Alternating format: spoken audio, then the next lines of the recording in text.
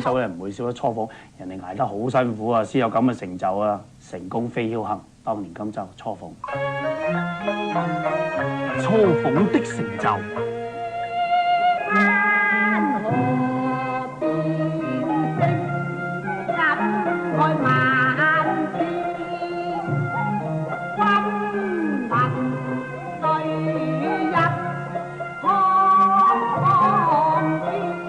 初鳳嘅成就並唔係一朝一夕，佢哋除咗自己努力之外，仲得到任白嘅真傳。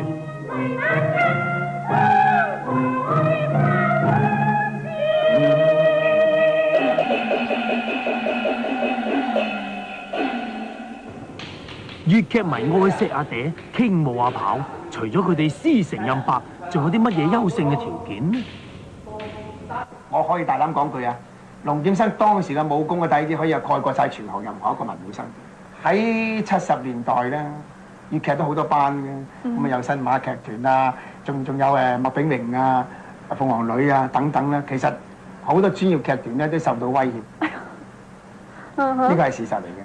等我講下先帝崇禎嘅慘事，如果佢喊親咧，不能而知就梗係公主㗎啦。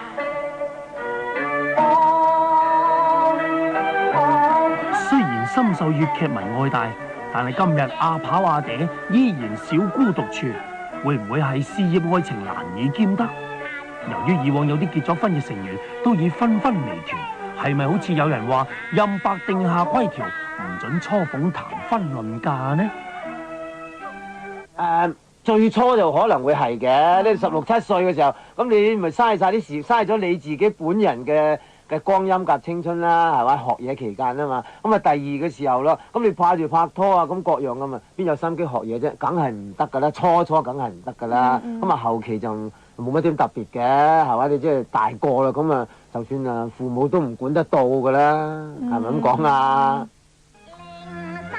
初鳳的別離，天下無不散之筵席，龍劍生作出決定告別舞台。1992年3月，初鳳告別舞台最後演出。同年4月，阿跑移民加拿大，過住平淡寫意嘅生活。今日到咗相逢，恍如隔世。係咧，公娥姐話你抱咗公主嘅屍骸翻嚟，你究竟葬咗佢喺邊一度啊？我想哭掉伊人蝗蟲啫，全精自毀玉，費力絕不。皇帝係為我這件事嘅，絕不，我有事可言。阿跑移民離開之後，喺1993年4月，阿嗲梅雪詩同林錦堂合作組織劇團，繼續奉獻俾粵劇藝術。我都未同男仔做過戲，其次我亦都好驚啲觀眾唔知接唔接受我啦，所以我都好驚。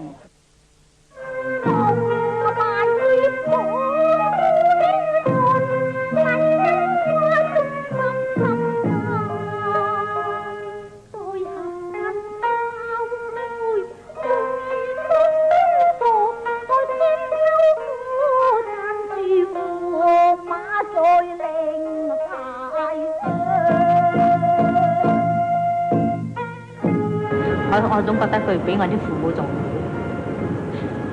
好，我從來對佢都冇講過一句多謝，亦好驚佢哋。我只可以喺你説借呢度喺度，我好多謝我兩個師傅，栽培到我有今時今日。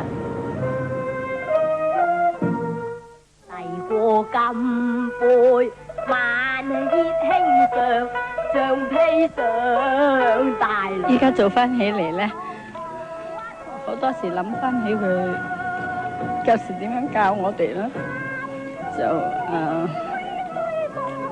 嚟戲院睇我哋做戲啦。我諗翻起好多嘢啦。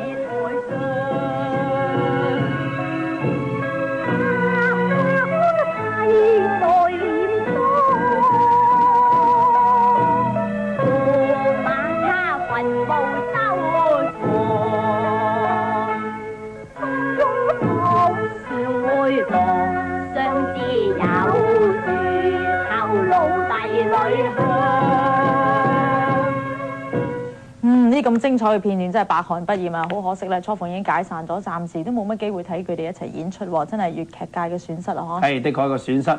聽啲前輩話咧，當年啊粵劇迷對初鳳嗰種瘋狂嘅程度啊，真係可以媲美而家嘅四大天王。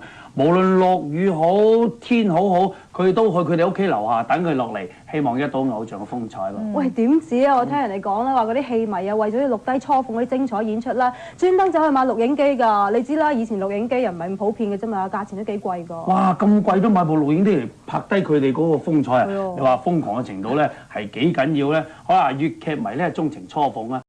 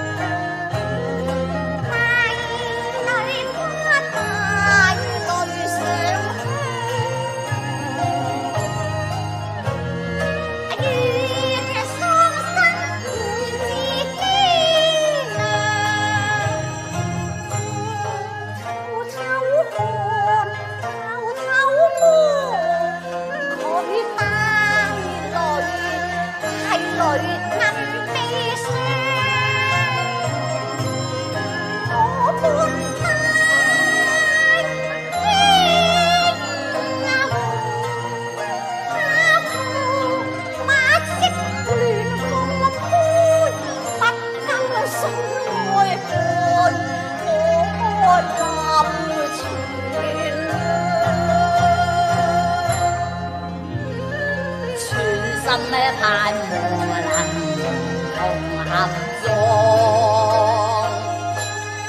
鴛鴦裏相會寒，